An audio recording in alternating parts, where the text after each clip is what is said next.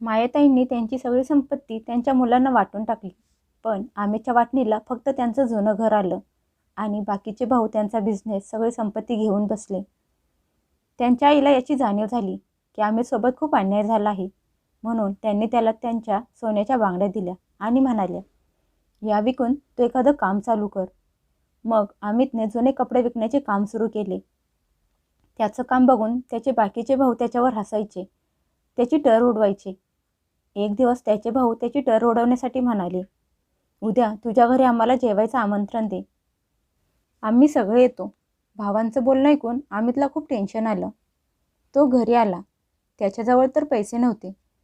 त्याची बायको रेवती म्हणाली, अहो, आज कपड्यांचं नवीन गाठोडं घरी आलं आहे. त्याने ते गाठोडं उघडलं. तसं तो बघतच राहिला. अमितचा थोरला भाऊ हुकूम सोडत म्हणाला, या मार्केटमधली सगळी दुकानं माझी आहेत. त्याचं बघून त्याचा मधला भाऊ म्हणाला, ते शॉपिंग मॉल माझं आहे. सगळी मोठी संपत्ती हातातून जात असलेली बघून 3 नंबरचा भाऊ म्हणाला, 3 घरं जी भाड्याने दिली आहेत ती माझी आहेत. अमित हे सगळं होताना फक्त बघत बसला होता. त्याला दुःख पण होत होतं. सगळी संपत्ती 3 भावांनी आपापल्या मर्जीने वाटून घेतली. फक्त आता जुनं घर उरलं होतं. ते खूप जुनं होतं. तो खूप शांत, भोळा होता. त्यामुळे तिने भावांनी मिळून सगळी संपत्ती हडपली. अमितने आयुष्यभर त्यांची मदत केली होती. तो खूप समंजस होता. कधी थोरल्या भावांच्या समोर तोंड वर करून त्यांना उलटं बोलला नव्हता. अजून पण तो त्याच्या भावांना काहीच बोलत नव्हता. त्याच्या भावांनी त्याच्या चांगुलपणा न बघता सगळं स्वतःच्या घशात घातलं होतं. त्यांची आई म्हणाली, अरे, माझ्या अमितसाठी काही ठेवलं आहे का नाही? याने पण सगळं आयुष्य तुमचं ऐकलं आहे. जे तुम्ही सांगत होता तेच करत होता. सगळी संपत्ती तर तुम्ही घेऊन गेलात. अमितसाठी काहीच ठेवलं नाही. तुम्ही सगळे तुमच्या संपत्तीमधला थोडा थोडा हिस्सा अमितला द्या. असं केल्याने त्याला पण संपत्तीमध्ये बरोबर वाटणी मिळेल आणि त्याच्यावर अन्याय पण होणार नाही. आईचं बोलणं ऐकून त्या तिघांना खूप राग आला आणि रागात मोठ्या आवाजात म्हणाले, आई, अमितने आयुष्यात कधी काही काम केलं आहे का? याला दुकान मिळाली नाहीत, पण घर मिळालं आहे. तेच खूप झालं. एवढी वर्ष त्याच्या बायकोचा आणि मुलांचा खर्च पण आम्ही उचलत होतो. याला न दुकान चालवता येतं आणि नाही भाडे वसूल करता येते आणि बिझनेस करायची अक्कल नाही. हा सगळा बिझनेस वाढवण्यात आमचा हात आहे. बाबांनी तर खूप कमी संपत्ती सोडली होती. ती आम्ही तिघांनी वाढवली आहे. त्यामुळे आम्ही अमितला काहीच देऊ शकत नाही. आईने त्या तिघांना खूप समजून सांगायचा प्रयत्न केला, पण त्यांनी काहीच ऐकून घेतलं नाही. अमित फक्त भावांनी केलेला अन्याय बघत राहिला. शेवटी भांडण वाढत आहे हे बघून अमितने त्याच्या आईला थांबवलं आणि भावांना म्हणाला, दादा, ही सगळी संपत्ती तुमची आहे. तुम्ही ठेवून घ्या. मला काहीच नको. मी फक्त आईला माझ्यासोबत घेऊन जात आहे. त्याचं बोलणं ऐकून भावांनी नजर चोरली. त्यांना वाटलं अमित संपत्तीसाठी भांडत बसेल, पण तो तर स्वतःचा हक्क स्वतःच सोडत होता. तो आईला घेऊन घरी गेला. त्याची बायको रेवती तो घरी आलेला बघून खूप आनंदात म्हणाली, अहो, संपत्तीच्या वाटण्या झाल्या? आपल्या वाटणीला काय आलं? ती पण लग्न करून या घरात आल्यापासून थोरल्या जावांचा अत्याचार सहन करत होती. घरातली सगळी कामं नोकरांसारखी करत होती. तिच्या जावा तिला नोकर असल्यासारख्या वागवत असायच्या आणि स्वतः आरामात बसलेल्या असायच्या. तिला घरात तिच्या नवऱ्याची लायकी माहीत होती. त्यामुळे ती काही न बोलता घरातली कामं करत असायची. पण जेव्हा तिला समजलं की संपत्तीच्या वाटण्या होणार आहेत, ती खुश झाली. तिला असं वाटलं की आता आयुष्यातलं सगळं दुःख, कष्ट संपणार. आता घरात कशाचीही कमी राहणार नाही. कुणाचा हुकूम मानायची गरज नाही. ती तिच्या मर्जीने तिचं घर चालवणार. तिच्या मुलांना जे हवं असेल ते घेऊन देणार. पैशांसाठी कुणाच्या पुढे हात पसरायला लागणार नाहीत. पण तिला माहीत नव्हतं, तिच्या नवऱ्याची वाटणी पण त्याच्या भावांनी हडपली होती. तिला तिचं सगळं आयुष्य असंच दुःखात मेहनत करून घालवायला लागणार आहे. अमितने आईला सोफ्यावर बसवलं आणि तिच्या बाजूला बसला. तिचा हात हातात घेत म्हणाला, आई, काळजी करू नकोस. मेहनत करणाऱ्याला देव कधीच निराश होऊ देत नाही. मी आजपर्यंत भावांचा आदेश ऐकले. त्यांच्या चप्पल सरळ केल्या. बहुतेक हीच माझ्यातली कला असेल. मी दुसऱ्यांच्या चपला सरळ करेन आणि बहुतेक भावांपेक्षा जास्त इज्जत कमवू शकेन. रेवतीला त्या दोघांचं बोलणं ऐकून सगळं समजलं होतं. तिने उदास होऊन मान खाली घातली. थोडी आशा मनात निर्माण झाली होती. आता ती पण कायमची संपली होती. सगळी स्वप्न मातीत मिसळली होती. अमितने मेहनत करायला सुरुवात केली, कारण त्याला त्याचा संसार चालवायचा होता. मुलांचं, बायकोचं आणि आईचं पोट भरायचं होतं. तो खूप मेहनत करायला लागला. सकाळी कामावर जायचा, तो रात्री घरी परत यायचा. आई त्याचे कष्ट बघून तडफडत असायची. त्यांना माहीत होतं अमितवर अन्याय झाला आहे, पण त्या काहीच करू शकत नव्हत्या. मग त्यांच्या डोक्यात एक विचार आला. रात्री अमित घरी आल्यावर त्यांनी त्याला जवळ बोलावलं आणि म्हणाल्या, मला माहीत आहे तुझ्या भावांनी तुझ्यावर खूप अन्याय केला. मला तुझे हाल बघवत नाहीत. मी थोडीशी तुझी मदत करते. अमितने आईचा हात पकडला आणि म्हणाला, आई, तू माझ्यासोबत आहेस ना? मग मला कशाचीही काळजी नाही. माझ्यासोबत जे काही झालं ते सगळं ठीक होईल. तू फक्त माझ्यासाठी प्रार्थना करत जा. त्याच्या आईने त्याच्या डोक्यावर हात फिरवला आणि म्हणाली, मला माझ्या मुलांकडून अशा अपेक्षा अजिबात नव्हती. तू पण माझा मुलगा आहेस. तुला एवढी मेहनत करताना मी नाही बघू शकत. असं म्हणत त्याच्या आईने उशी खालून एक पिशवी काढली आणि अमितच्या हातात ठेवली. अमितने प्रश्नार्थक नजरेने आईकडे बघितलं. त्याची आई म्हणाली, ती उघडून बघ. तुला तुझी सगळी उत्तरं सापडतील. अमितने पिशवी उघडली तर त्यात सोन्याच्या बांगड्या होत्या. त्या खूप भारी होत्या. त्याने लगेच त्या बांगड्या आईच्या हातात ठेवल्या आणि म्हणाला, हे तुझे दागिने आहेत. मला ते विकून काही करायचं नाही. पण त्याची आई हट्ट करत म्हणाली, या बांगड्या विक आणि एखादं काम सुरू कर. अमित त्या बांगड्या घेऊन बायकोजवळ गेला.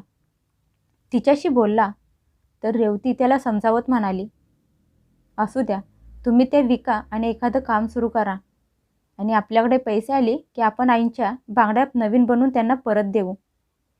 तुम्ही आईंच्या बांगड्या उधार घेतल्या आहेत असं समजा आणि त्या विकून एखादं काम सुरू करा. आपल्याला पण आपल्या मुलांच्या भविष्यासाठी काहीतरी करायला पाहिजे ना. रेवतीचं बोलणं अमितला पटलं, तरी पण अमितची इच्छा होत नव्हती आईच्या बांगड्या विकायची. तरी पण आईचं आणि बायकोचं बोलणं ऐकून त्याने त्या बांगड्या विकल्या. त्याला चांगले पैसे मिळाले. त्यातून तो एखादं छोटं मोठं काम सुरू करू शकत होता. खूप विचार केल्यानंतर जुने कपडे विकण्याचं काम सुरू केलं. तो मोठमोठे लॉट विकत घ्यायचा. मग तो एक एक पीस करून व्यवस्थित किंमत लावून ते कपडे विकत असायचा. त्याने मार्केटमध्ये भावाच्या दुकानासमोर त्याचं काम सुरू केलं. रस्त्यावर कपडे विकायचं, कारण दुकान भाड्याने घेण्याएवढा पैसा त्याच्याजवळ नव्हता. त्याचे भाऊ त्याचं काम बघून त्याच्यावर हसायचे, त्याची टर उडवायचे. त्यांच्या हे पण लक्षात नव्हतं की त्यांनी त्याच्यावर अन्याय केला आहे. कमीत कमी त्याला प्रोत्साहन द्यायचं सोडून त्याची चेष्टा करत होते. त्याला मेहनत केलेली बघून, तो स्वतःच्या पायावर उभा राहत असलेल्या बघून ते त्याच्यावर जाळायला लागले. त्याचा राग काढण्यासाठी कधी ते त्याची चेष्टा करायचे तर कधी त्याचा अपमान करायचे. सगळ्या लोकांच्या समोर त्याच्यावर हसायचे. अमितला त्रास देण्यासाठी त्यांच्या डोक्यात एक प्लॅन आला. ते म्हणाले, तुझा जुन्या कपड्यांचा व्यवसाय तर चांगला चालला आहे. तू चांगलं कमवायला लागला आहेस. तू असं कर, आम्हाला तुझ्या घरी जेवणाचं आमंत्रण दे. खूप दिवस झालं आपण सगळे एकत्र जेवलो नाही. त्यानिमित्ताने आपण सगळे एकत्र येऊ. आईशी भेटणं पण होईल. त्यांचं बोलणं ऐकून अमितने त्यांना घरी जेवायचं आमंत्रण दिलं. तो भावांना नकार देऊ शकत नव्हता. अमित घरी आला तेव्हा त्याच्या चेहऱ्यावर काळजी स्पष्ट दिसत होती.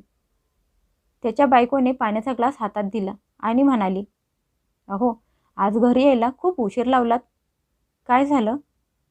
अमित थकलेल्या आवाजात म्हणाला, माझ्या भावांनी माझ्याकडे जेवणाची पार्टी मागितली आहे. उद्या ते आपल्या घरी जेवायला येणार आहेत. हे ऐकून रेवती शांत झाली आणि सोफ्यावर विचार करत बसली. दोघं नवरा बायको विचारात बुडाले होते. जणू सगळं ओझं खांद्यावर येऊन पडलं आहे. जेवणाला खर्च करायला पैसे कुठून आणायचे? घरात तर मोजकंच सामान होतं. एवढ्या लोकांच्या जेवणाचा खर्च करायला पैसे पण भरपूर लागणार होते. त्यांना त्यांचा खर्च भागवता भागवता नाकी नऊ आलं होतं आणि त्यात अजून भावांच्या जेवणाची भर पडली. दोघं उदास होऊन एकमेकांच्याकडे बघायला लागले. मग रेवती हिंमत करून म्हणाली, अहो, त्याचा विचार आपण नंतर करू. चला अगोदर ते कपड्यांचं गाठोडं सोडून त्यातले कपडे वेगवेगळे करू. एखादा चांगला भारी कपडा त्यातून निघेल. अमित हो म्हणाला. दोघं हॉलमध्ये कपड्यांच्या नवीन आलेला लोट सोडायला लागली. रेवतीने एका बाजूची रस्सी सोडली आणि नंतर दुसऱ्या बाजूची रस्सी सोडली. कपडे साधी होती, धुतलेली, साधारण, पण विकण्यायोग्य होती. त्यात एक मोठं गाठोडं होतं. ते त्या दोघांनी बाजूला घेतलं आणि ते सोडलं. गाठोडं सुटताच दोघांचे डोळे चमकले. एक क्षण ते दोघेही सुन्न झाले. दुसरा दिवस उजाडला तर अमितच्या घरात आनंदाचं वातावरण पसरलं होतं. आज त्याचे भाऊ जेवायला येणार होते. रेवतीने सकाळपासूनच जेवण करायला सुरुवात केली होती. जेवणाचा वास सगळीकडे पसरला होता. पुलाव, खीर, पुरी भाजी बनवली होती. त्यांच्या ऐपतीपेक्षा जास्तच त्यांनी बनवलं होतं. अमितने मुलांना त्या गाठोड्यात मिळालेले नवीन कपडे घातले होते. मुलं आरशात स्वतःला बघत उभी होती. रेवतीने आणि मायाताईंनी पण सुंदर महागातल्या साड्या नेसल्या होत्या. जेवायला अंगणात टेबल ठेवले होते. त्यावर जेवण पण छान मांडलं होतं. जणू देवाने त्यांच्या मनातून गरिबीची आशा संपवली होती. दुपारपर्यंत त्याचे तिन्ही भाऊ, त्यांच्या बायका आणि मुलं अमितच्या घरी जेवायला आले. दारात पाऊल टाकताच त्यांचे पाय जागेवरच थांबले. समोर टेबलवर मांडलेले वेगवेगळे पदार्थ बघून हैराण झाले. त्यांची नजर सारखी सारखी जेवणावर पडत होती. मग त्यांची नजर मुलांनी, रेवतीने आणि मायतांनी घातलेल्या महाग कपड्यांवर पडली. मायाताई हातात माळ घेऊन बसल्या होत्या. त्यांना बघून त्या सगळ्यांच्या मनात आग लागली होती. ज्यांना ते कायम गरीब समजत आले होते, त्यांना आनंदात बघून त्यांच्या मनात ईर्ष्या भरली होती. मनात आग लागली होती. त्याचा मोठा भाऊ अमितला म्हणाला, अरे वा, तुझा जुन्या कपड्यांचा व्यवसाय अचानक खूप जोरात चालला आहे. एवढे चांगले नवीन कपडे बाजारात पण खूप मुश्किलीने मिळतात. दुसरा भाऊ लगेच टोमणा मारत म्हणाला, आपल्याला जेवायला बोलवण्यामागचं कारण काहीतरी वेगळं दाखवण्याचा प्रयत्न करत असणार. तिसरा भाऊ त्यात भर घालत म्हणाला, मला तर असं वाटत आहे की हा सगळा दिखावा दुसऱ्यांच्या पैशातून केलेला असणार. हे तुमच्यासारख्या गरीब लोकांच्या लायकीच्या बाहेरचं आहे. त्यांच्या बायका मागून तोंडवाकडं करत होत्या. मुलांनी पण आईवडिलांना बघून त्यांचं बोलणं ऐकून मनाला लागतील असं बोलायला सुरुवात केली. अमितने सगळ्यांचं बोलणं ऐकून घेतलं. तो नेहमीसारखा मान खाली घालून ऐकत उभा होता. त्याला देवावर आणि स्वतःच्या नशिबावर विश्वास होता. पण भावांनी ईर्षेमुळे छोट्याशा गोष्टीवरून भांडायला सुरुवात केली. अमितच्या मुलाने खेळता खेळता चुकून खायच्या पदार्थावर हात ठेवला. त्याच्या भावाने ते बघितलं आणि भडकला. तो म्हणाला, हे बघा, हे आहेत तुमच्या मुलांचे संस्कार. घरात पाहुण्यांना जेवायला बोलावलं आहे आणि मुलांना कसं वागायचं असतं ते पण शिकवलं नाही. दुसरा लगेच म्हणाला, चला चला उठा इथून. इथे आपण आपली लाज घालवून घ्यायला आलो नाही. त्यांना अमितच्या घरातून जाण्यासाठी काहीच कारण मिळत नव्हतं. म्हणून ते अमितला कमीपणा दाखवायला लागले. कारण त्यांना अमित पैसा कमवायला लागलेला पचत नव्हतं. तिघे भाऊ फालतूपणा करत न जेवता तिथून निघून गेले. त्यांच्या बायका आणि मुलं तोंड वाकडं करत पाय आपटत गर्वाने घरातून निघून गेले. सगळं बनवलेलं जेवण तसंच राहिलं. रेवतीने मान खाली घातली.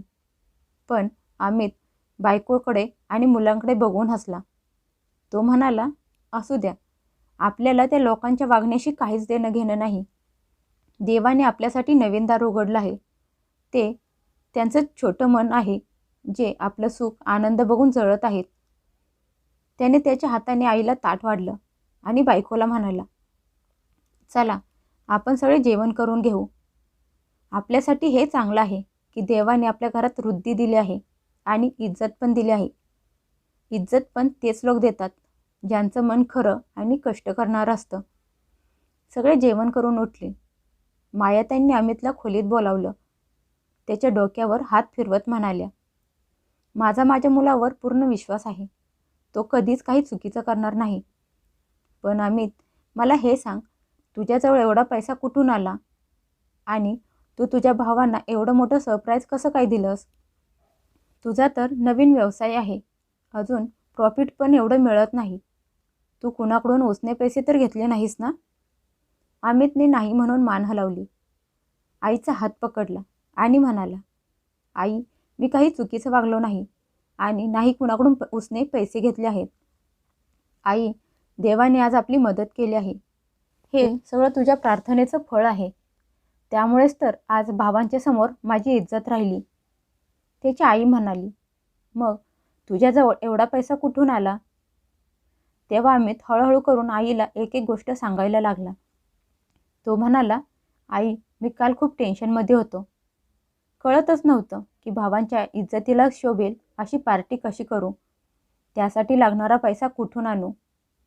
मी सगळं देवाच्या भरोशावर सोडून दिलं. रेवती म्हणाली, अहो चला, आज नवीन कपड्यांचा आलेला लॉट सोडून कपडे वेगवेगळे करू. म्हणून आम्ही तो लॉट सोडला. त्यात एक मोठं गाठोडं होतं. ते सोडलं. तसे आमचे डोळे चमकले, कारण त्यात साधे कपडे नव्हते. उलट त्यात ब्रँडेड कपडे होते.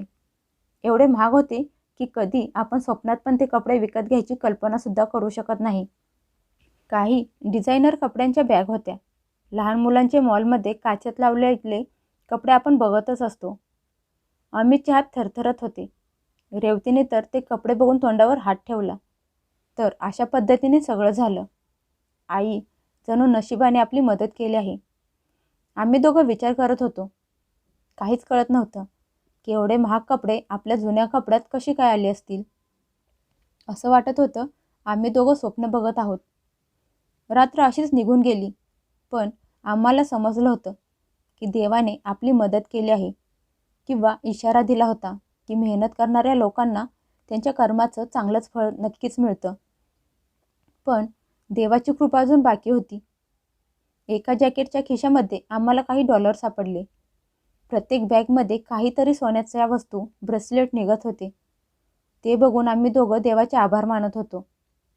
जो हिस्सा त्याच्या भावाने त्याच्याकडून हिसकावून घेतला होता, तो हिस्सा देवाने अजून जास्त वाढवून परत दिला होता.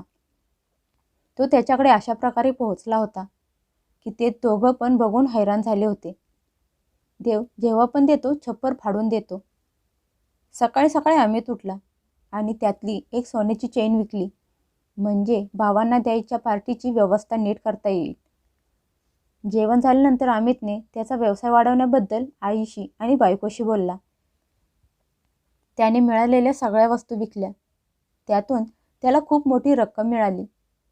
त्याच पैशातून त्याने एक दुकान भाड्यानं घेतलं आणि सगळे जुने विकायचे कपडे दुकानात नेऊन ठेवले. थंडी सुरू झाली होती, त्यामुळे त्याचा व्यवसाय पण चांगला चालला होता. तो कायम चांगले कपडे बघून लॉट विकत घ्यायचा आणि कमी प्रॉफिटमध्ये पुढे विकत असायचा, म्हणजे कमी पैशात गरीब लोक चांगले कपडे खरेदी करू शकतील आणि त्याचा व्यवसाय पण वाढत राहील. तो गरीब लोकांच्या खिशाला परवडतील असे कपडे विकत होता. प्रॉफिट जास्त नव्हतं, पण दुकानाचा आणि घराचा खर्च आरामात निघत होता. अमित त्याच्या आईची इज्जत करत होता आणि आईच्या प्रार्थनेचं फळ त्याला मिळत होतं. त्याचं नशीब बदलायला लागलं होतं, कारण त्याने कधीच कुणाचं वाईट बघितलं नव्हतं किंवा कुणाबद्दल चुकीचा विचार केला नव्हता. त्यामुळे देवाने पण त्याच्यासोबत चुकीचं होऊ दिलं नव्हतं. हो, पण ज्या भावांनी त्याला फसवून त्याचा हिस्सा लुबाडला होता, त्यांच्यावर कठीण काळ यायला सुरुवात झाली होती. त्यांचा बिझनेस बुडाला आणि जेव्हा त्यांचा गर्व उतरला, तेव्हा ते भाऊ, त्यांच्या बायका आणि मुलं त्याच भावाच्या दारात हात जोडून लाचार होऊन माफी मागत उभे होते. पण अमितच्या मनात त्यांनी दिलेले घाव तसेच होते. त्यांनी कसे त्याला फसवून त्याची संपत्ती लुबाडली, कसा त्याचा अपमान केला, या सगळ्या गोष्टी त्याच्या मनात ताज्या होत्या. तरी पण आईच्या इज्जतीसाठी आणि तिने दिलेल्या संस्कारांमुळे त्याने त्या नालायक भावांना आधार दिला, कठीण काळात त्यांची मदत केली. हे बघून त्याच्या आईचं मन गर्वाने भरून गेलं होतं, कारण त्यांचा धाकटा मुलगा अमित भावाने एवढा अन्याय केला असून पण त्यांच्यासाठी देव बनला होता. कुणाचं लुबाडून घेतलेलं किंवा आयतं मिळालेलं कधीच पुरत नाही, पण जे आपण हक्काने कष्ट करून मिळवलेलं असतं ते आयुष्यभर पुरतं.